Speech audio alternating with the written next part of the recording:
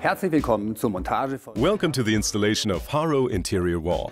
I'm going to show you today how to do this step by step. When installing the boards, it is important not to use different thicknesses too often in succession so as to achieve an aesthetic relief effect. The larger Patagonia boards have a tongue and groove joint to simplify installation. Test the load-bearing capacity of your wall by gluing a section anywhere and then prising it off again.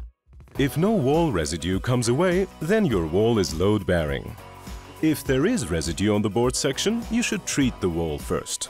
For example, you can add a particle board or plaster board panel first. Draw a reference line at eye level so you have a precise starting point at the same height as your line of vision. Calculate how many boards will fit between the reference line and ceiling. At least half a board, or better still a full board, should fit in the end. Otherwise, offset the reference line slightly. If we start with a full board below and a third of a board above, then we'll have the required offset.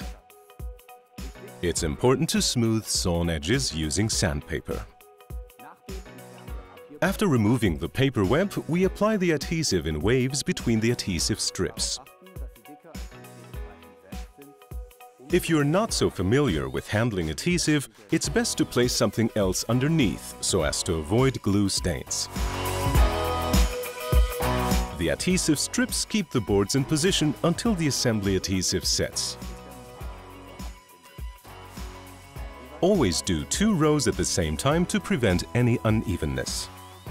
Use a spirit level to check this each time.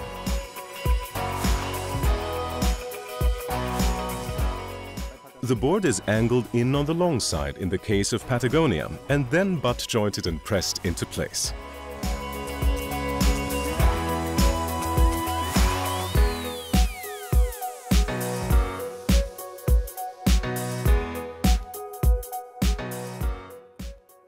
Finished!